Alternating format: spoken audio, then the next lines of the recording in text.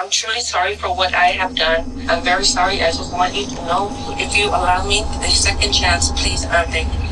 This is 23-year-old Adam Bird, realizing the police know his terrifying secret and have all the evidence to prove it. Where's my baby? That's the last time this girl is That's my baby. She's dead. And while Adam appears devastated, it's nothing more than an act. A way to distance himself from a horrifying crime that ultimately ended 3 lives. Insane. She's got a bag. I think this is her husband. Tell me it's not Jade. Yes, it is. And that's why I need to talk to her. Died? She was murdered. You keep giving details? And I'm trying my best. It's around 6:30 a.m. on an early Thursday morning in San Antonio when a patrol officer driving his usual route makes a horrifying discovery. A young woman lying motionless in the middle of the road. He steps out of his vehicle and immediately calls for backup, and within minutes, additional units begin arriving at the scene. Shots fired came out about 2:30 last night. It was over off of Clower and what's it called? Clower. We got showcase these. I don't have any details yet. Insane. Casey. She won't step on nothing, but She was on her phone. she's got a bag. I think this is her husband. Okay. So she's moving out. This house? I don't know. The victim is identified as 22-year-old Jade Alvarez. She's been shot multiple times in the body and once in the head. There's no sign of a suspect or a weapon, but officers find a suitcase filled with clothes nearby. They head to the house where Jade was found in front of, hoping to find someone who might have seen or heard what happened, or even the killer himself. Escuché un ruido, pero ¿Cómo a qué horas? yo creo como las 1:30. ¿La 1:30?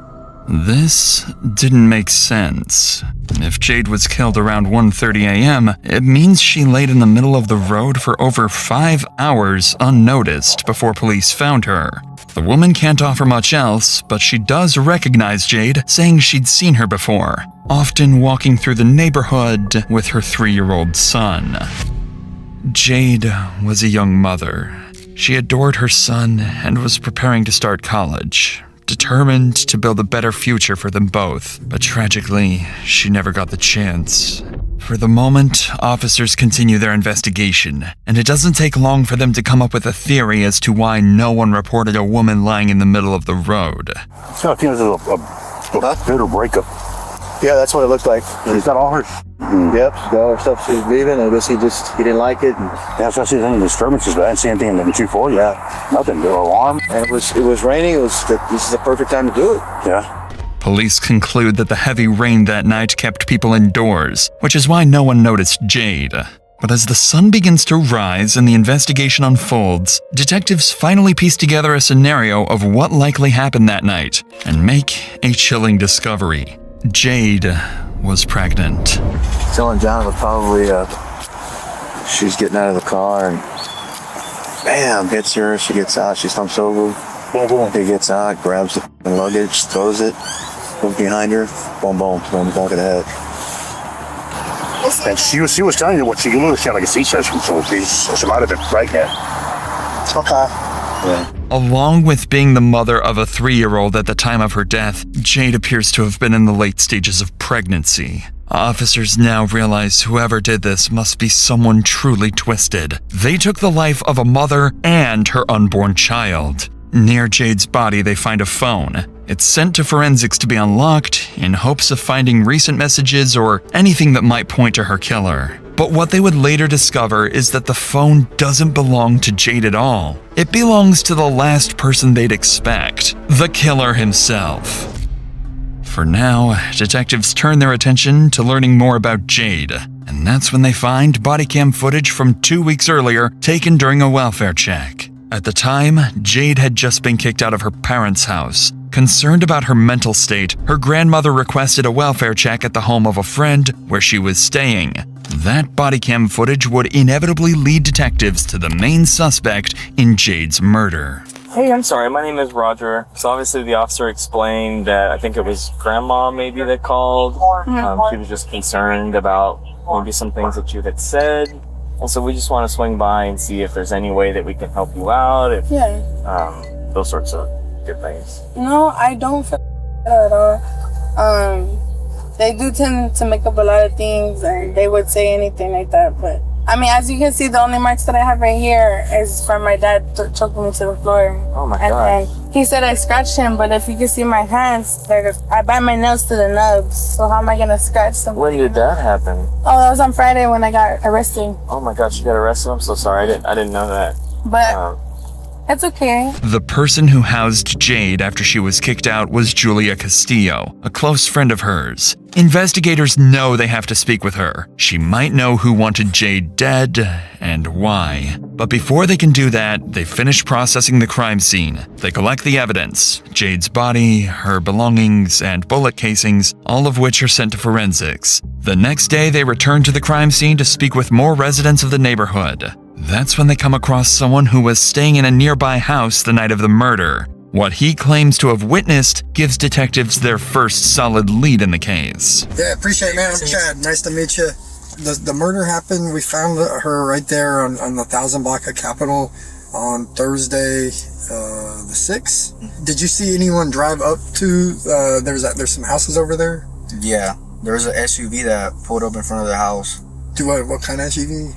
I don't know if it was like a Durango or like a Jeep, but it was like an SUV, one of those two. Okay, and then what'd you see? So then I saw like a woman get off, and she had like a suitcase or something. Okay. And I was like, oh, I didn't really think nothing of it. I thought she was just getting dropped off there. Did you see that car? Did it drive off? Yeah, they drove off. Okay. They were there for like 10 minutes, and then they drove off. Okay. No, that's it. I appreciate you talking with me. I'll turn that conclude your statement. The driver of that SUV could be the last person to see Jade alive, or even the killer himself. Fortunately, someone detectives already planned to speak to turns out to be the owner of a black SUV matching the witness's description, Julia Castillo, the friend whose house Jade had been staying at just weeks earlier. This means Julia was likely the last person to see Jade alive and may know who Jade met up with after she dropped her off. Detectives reach out to Julia, hoping she can point them to a suspect. But the conversation doesn't go as expected. What? That's why it's so urgent that I need to speak with you. I cannot right now. You're really throwing me off. What is this about? It's what I just said. It's a murder investigation, and I need to speak with you about it. If you need to talk to me, you can contact my attorney. Excuse me? What's your one? Well, Julie, I need to talk to you.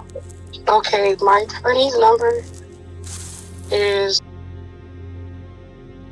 I talked to him, and he said if you want to talk to me, you can talk to him. You've already talked to your attorney? I mean, he told me to not talk to anybody ever. He told me I'm not talking to a detective about anything. Okay, I'll try again another time, okay? Okay, thank you. Julia immediately sounds panicked and tells detectives she won't speak without an attorney. And although she hadn't been a suspect before, she has now inadvertently made herself one. But detectives can't afford to waste time. The longer they wait, the further Jade's killer gets from them. So they reach out to Julia's mother, Alice Castillo, hoping she can convince her daughter to cooperate. Alice had let Jade stay at her house, but she kicked her out after Jade brought a man over. And unbeknownst to the police, Alice would give the detectives their first real lead, a man who could be responsible for Jade's murder. What can I help you with? Sorry to scare you. I tried to talk to... What can I help you with? You're stressing me out. Okay, well, I called your daughter. I'm trying to talk to her. Okay. Okay, She already told you to talk to her attorney, right? Okay, can I talk to you? What do you need? Okay, I'm investigating a homicide involving a person that stayed here. Tell me it's not Jade. Yes, it is. And that's why I need to talk to her. Died? She was murdered. Is it making sense right now? Oh my God. Look, what happened? I'm Detective Tudor. Alice Castillo. And I am sorry to talk to you this way, but I need to figure out... Does grandma know? Everybody know? Yes. Why isn't it on TV or nothing? What's happening? Because no one knows about it. It didn't make the news. It was pouring down Oh rain. my Lord from heaven, why did I have to ask her to leave? She stayed here for about a month. She brought a man over and I told her, you cannot bring no man Who over is here. this man? Some guy, I don't know who he was, but when I walked Did they into seem like they were like When- dating or like this? when is a I random walked thing? into the room, they were sitting down on the sofa and they weren't doing anything. But still, that's not acceptable. She knows she cannot bring nobody to my house. She brought the man in here and I said, that's it, Jade, you gotta go. She called me and asked me if she could come back and that she was sorry. I said, I have a child in the house. And so that was it. When she left two weeks ago, she left with that guy. This guy was you believed him to be She homeless. knew that guy. She knew him, but you took it as like this guy's homeless. He looked horrific. They both looked horrific that day when I opened the door. Was she using like what was she doing? I think she was like doing like some stuff. Yeah, I know friends are usually know more about, and that's why I was like, I want to talk to you, but I want to talk to you in person because I don't like telling people over the phone. Oh yes. Hey, your friend is deceased. Dude, you know, it could be my fault. She's dead. I didn't let her come back. If she was staying on there with some dude, so we just gotta find out who that dude is. 2 weeks ago, she was with this guy. 2 weeks ago, said she left 2 weeks ago. She kicked her out. We gotta find out when she last talked to her, because she called her back saying, "Can I come back?" was he white, black, Hispanic? He's Hispanic. Hispanic. Light complexion. Tall like me? Tall like you. Taller? Tall like, talk about your height. Okay. Mm. How old do you think this guy is? It's like 22, 21. Like young? Very young, 23. Hey, I appreciate it. Okay, so. Thank you. Detectives need to know the identity of the man that left with Jade that day. Luckily for them, by now, forensics have cracked the phone found at the scene. But what they discover is that the phone doesn't belong to Jade at all. It belongs to the killer who, in the rush to escape the scene, made a critical mistake and left it behind. Adam Bird, a 23-year-old man with a lengthy criminal history. His background stretches back to at least 2018, with charges including evading arrest, drug possession, assault, discharging a firearm in a populated area, and making terroristic threats. Detectives finally have a name and a face, so after leaving Alice's house, they return to the crime scene, and through neighbors in the area, they learn that Adam had been seen multiple times at a nearby home. They move quickly to check the location, but unfortunately, Adam isn't there. Instead, they find someone else living there, and what he reveals about the weapon becomes the missing piece to the puzzle, and the reason detectives are finally able to bring Adam into the interrogation room. Have you ever seen this guy over here? Yeah. His name's Adam. Okay. Yeah. How long have you known him? About maybe like a year or so, year and a half. So I'd be working out there and at night and he'd be walking. And then we just started talking about, He was actually here at the house. We were back there, I was making a bike for him. And then, but then he took off, and because he was gonna meet, he met his girlfriend here. Do you remember seeing where did they go? Like, they were actually, the car stopped right there. What kind of, so they got off. She got dropped off? Yeah. Do you know the girl? She's been here a few times. Do you remember her name? Jade? Jade or okay. Jade, something like that. Okay. Yeah. Did you ever see them arguing or anything? Or?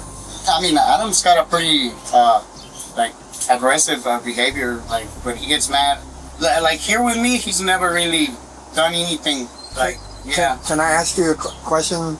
Have you ever seen him with a gun? Has he ever shown you a gun? He always has guns. I don't know. Did he show you a gun that night? I believe he had I think it was like a 9 with a green laser. Had a green laser? Yeah. Do you remember how he was carrying it? Like you would have it on the side like that.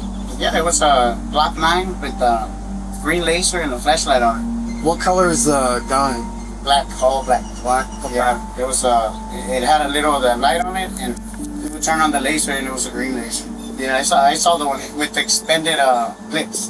He had an extended magazine. Extended, It was Did you see it? Did he have that gun that night when he was here? I didn't see it that night, but I seen it before. But I'm pretty sure he does, because he always carried it. Okay. Because he's got a lot of enemies, because he's like I guess like the homeless bully, I would say. I really appreciate you coming. I know we keep coming by, and this concludes my interview. Detectives need to find Adam fast. He's armed and short-tempered, which makes him unpredictable and dangerous. Most importantly, he's their only suspect in Jade's murder. Forensics confirmed that the gun described by the neighbor is the same weapon used to kill Jade Alvarez. But it turns out, this wasn't the only crime that gun was connected to. A few weeks earlier, a neighborhood store had been robbed twice. CCTV footage from the store shows a suspect matching Adam's build, carrying the same gun. So detectives come up with a plan. Arrest Adam on the robbery warrants already in place, then use his custody as a chance to question him about Jade's murder. Over the next few days, detectives canvass the neighborhood, talking to anyone who knows Adam, hoping to pinpoint his location. By now, he could be anywhere. He's had nearly a week to disappear. But to their surprise, he's been hiding much closer to home than anyone expected. And just as planned, 6 days after Jade's murder, they finally find him in an abandoned house, just a few streets from the crime scene. He's arrested without incident and brought to the station to be questioned. His interrogation begins, and they're careful not to mention Jade's murder just yet. But Adam already senses where this is going, and he starts distancing himself from Jade's death. I'll chat to you. Alright, I'm Detective Nabano. And before we get started, obviously, you're not free to leave. You're in the handcuffs, so I have to read you your rights before I talk to you or do anything like that, alright? Okay. It's my job to find things out, right?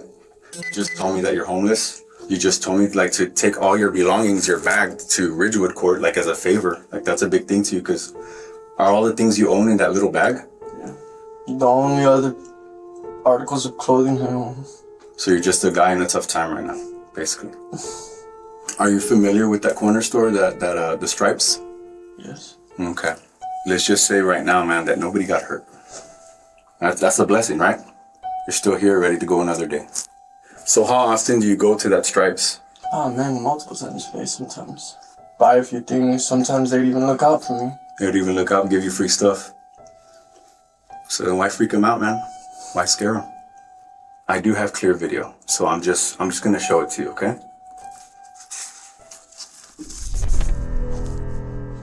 Is that you? Yeah. Okay. It's phone number 2. Remember, I have it clear. Your face is not covered. Looks like right whenever I was walking in. Right as you were walking in, yeah. You're already identified. I'm just offering you the opportunity to tell me how you felt, what was going through your mind. So what happened after? What do you mean what happened? After you walked in? Well, once I did a beer run. Once I just told him I needed everything. And what'd you have with you? Believe it or not, it was one of those fake Glocks, like the BB pistol ones. How much money did they give you? $100-something. Not much. So this gun isn't real? No. And it's not a real gun? No. Okay. All right. How are you doing now? Do you feel a little bit more clarity? Yes. A little bit more better? The detective takes a calm, almost sympathetic tone, pretending to understand Adam's situation and downplay his crimes, making him feel comfortable. When questioned about the robbery, Adam immediately insists the weapon was fake, perhaps hoping for a lighter sentence, or perhaps because he doesn't want it linked to the murder he committed weeks later. So after the break, the lead detective on Jade's case walks in, ready to confront Adam with what they've known all along, that he's the one who killed her. Yeah, so I got one more picture to show you, if that's all right with you. But before I do, I know you had mentioned, you wanted about the attorney and all that. I just want to make sure it's okay for me to show you this picture if you want to see it. Well, I'm fine. You're fine? Okay. It's just another one from the store? No, so the other thing is, I'm going to interject again. I want to speak with you, but it's about something totally unrelated to this. I'm really not. It's a murder investigation. Do I have your interest, or are you willing to talk to me or not? Yeah, man, by all means. Okay. I was gonna show you a photo. I don't want to see no photos. It's not murder photos. I'm just gonna show you a picture. Do you recognize this person? No. You've never seen her? No. This is the moment Adam realizes there's no escaping what he's done. Never? She stays on, like, Hollywood, West Hollywood. She's not dead, okay? What about this girl?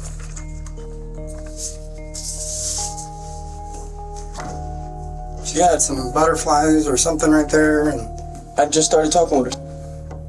okay, who is that person? Jade. Okay. Yeah, I just started talking with her. They're friends, right? They're friends? Mm-hmm. Did you guys, is it safe to say you guys were, like, intimate, or, like... Yeah. Okay. And I'm gonna show you, like, a video it's from February. From February? Mm-hmm. So whose house is this? This is my friend. Okay, so you don't, My best friend. you don't like live here full time. You just had to come here because. This is really, like, I just got out of jail. She's like, hey, you can stay here. I said, I don't know where I'm going. Probably have to sleep at him from home. The detective shows Adam the body cam footage of Jade from a few weeks earlier when they were doing a welfare check on her. It's a calculated move. By showing him a video of when Jade was alive, he hopes to trigger guilt and force Adam to confront the weight of what he's done. And, as expected, Adam begins to fall apart under the pressure. My best friend is just right here. Even if it's on the floor, I'll be doing it. It feels like your life has been like turned upside down since Friday. And my 3-year-old son's there. Oh my god. And like, so, you know, it's just like, it's nothing. Like, but he's doing this for I'm all he has. He doesn't have a dad. He's incarcerated. Just got locked up. I thought I was gonna do time, but thank God I didn't. So I'm just thanking God. You know, I love life right now. And I'm out, you know? You hear that? She loves life. She's got a kid. Listen. Look at me. Where's my baby? Listen. That's the last time this girl is... That's my baby! Who? Where is she at? Look at me. Look at me! No, I told you what I'm here for. Where is she? She's dead. Okay? And I need to know what happened to her.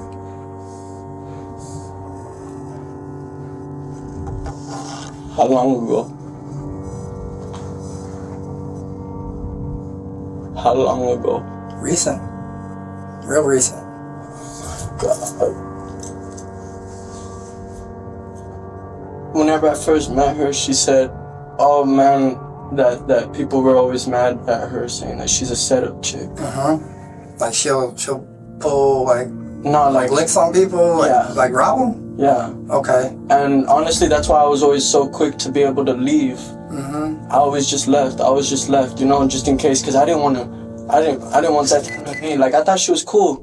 What Adam claims here is actually credible. When forensics were going through Jade's suitcase, they found the ID of another man. Detectives tracked him down, and he explained that weeks earlier, Jade had allegedly drugged him at a hotel and stolen $800 along with his wallet, social security card, and ID. Adam uses this to spin his story, suggesting that someone Jade had robbed must have been angry enough to kill her in retaliation. Detectives don't buy that, but they don't challenge it either. Instead, they steer the conversation back to the murder. They have enough concrete evidence that points straight back to Adam being where Jade was murdered that night, and they're about to confront him with it. When officers arrested you tonight, did you have a phone?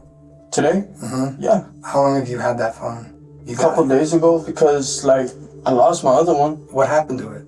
I don't know, along with my wallet. You lost that in your wallet? Yeah. I want to show you one more video. Man, please, I don't want I'm not showing you anything gruesome, but it's a video that I want to show you, okay? You remember hers? Hello, Alice. This is Jade. I'm truly sorry for what I have done to disrupt the peace in your home. I truly mean that from the bottom of my heart. I'm very sorry. I just want you to know, if you give me a second chance, that will never happen again. You have my word. I also have the rent money when it's due. If you allow me the second chance, please, I'm begging you. Just listen to what she says, okay? Okay, I'll let you put, okay, I'll get my things and move around. I'm very sorry at making you feel this way. You did. I didn't mean to. I just thought since Julia had her BFF boyfriend over that I could too, and was her boyfriend cousin. And all we did was smoke. But I'm completely understanding that your house, your rules. I am truly sorry for stepping over boundaries. I just wanted to say thank you for taking care of me for the. So she's texting that lady after she basically got kicked out of the house. Okay. You alright?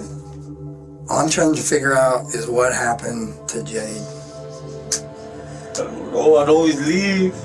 You'd always leave? Yeah. When did you see her last? Do you know what date it is right now? No, I don't. It's the 12th. Tomorrow's 1 week. 1 week, look at me. Since we found Jade. Seeing how strongly Adam reacts to the first video of Jade, the detective shows Adam another one, this time of Julia's mother, reading a message Jade sent her after being kicked out of their home. It's a deliberate move, carefully layering guilt and grief until Adam has nowhere left to hide. At this point, the detective has Adam right where he wants him, emotionally shaken and vulnerable. And just moments later, all of his careful planning and strategy would play out exactly as he intended. What did she do? I know that Jade wasn't a saint. I know that she was setting people up. What did she do? Dude, look at me, dude. You've come so far. I know, man. It's eating you up, and it's gonna feel better. Your life is not over. How old are you? 23. You're 23. You have a life, but you can't live this life holding on to what you know.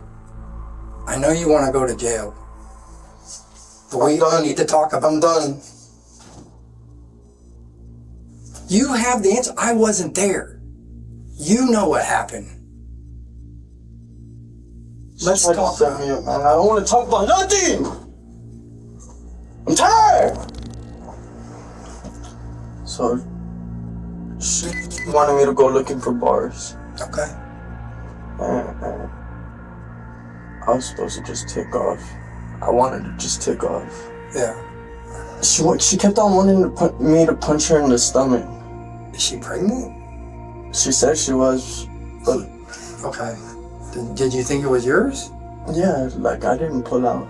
Like I had sex. So she said, punch me in the stomach. And I didn't want to. Right, alright, okay. And then what? Man, she just didn't want to have my baby, man. And it was just like a crime of passion or something. It was like she wasn't trying to have my baby. You wanted to have a kid? Yeah. You wanted to have... I don't have any children, man. Okay. You wanted to have a kid with her? And she just kept on telling me to punch her in the stomach. She just kept on drinking and taking drugs. While everything Adam claims sounds disturbing, detectives have no way of verifying whether any of it is actually true. And even if it were, nothing he says could possibly justify what he's done. More likely, he's just trying to rationalize his crimes to himself. Then Adam begins to explain in detail how the killing happened, further solidifying the case against him. So I was walking past her, and I go like this, and it just pulls, like, instantaneously like that. And then it jams up, I take it out, I put it back in and go like that, and then it shoots again and jams up again in my pocket, in the hoodie pocket. And then I come back, and I have to run back because I didn't know if she was dead or not. I didn't want her to suffer. Okay. And so for sure there's 3. Okay. When you said you ran back and you didn't want her to suffer, what did you do? Shot her in the head. Is that enough detail? I wasn't looking. Did she scream? I don't remember. You said, but you see what I'm saying? You keep giving details, and I appreciate it, but... And I'm trying my best! Adam, look at me. She didn't want to have my kid, man. Dude, you've been really honest, and I really appreciate it. Like, man, she didn't want to have my baby, man. And then Is that enough, man? Is that enough? What Adam did was nothing short of horrific, killing a young mother of a 3-year-old and her unborn child. The detective knows he has to hold back his emotions and stay composed. Any reaction could shut Adam down. The goal is to get a full confession, and the more Adam talks, the stronger the case against him becomes. Can I go now, please? You said that she had a purse. I don't know, man. I don't know. Can I please go now? Let me work on it. Like, please, man. Just hang on, okay? I'm gonna go get the other detective, alright? I'm gonna give you my card, okay? I'm gonna give you my card. Just hang on, okay? What stands out most is Adam's reasoning. He says he killed Jade because she didn't want to keep his child. In the end, his actions took the lives of both Jade and her unborn child, leaving her 3-year-old son without a mother. Adam Bird, 23 years old, was charged with murder, 2 counts of aggravated robbery, and possession of a controlled substance. He pleaded no contest and was sentenced to 40 years in prison, a punishment Jade's family called a slap in the face.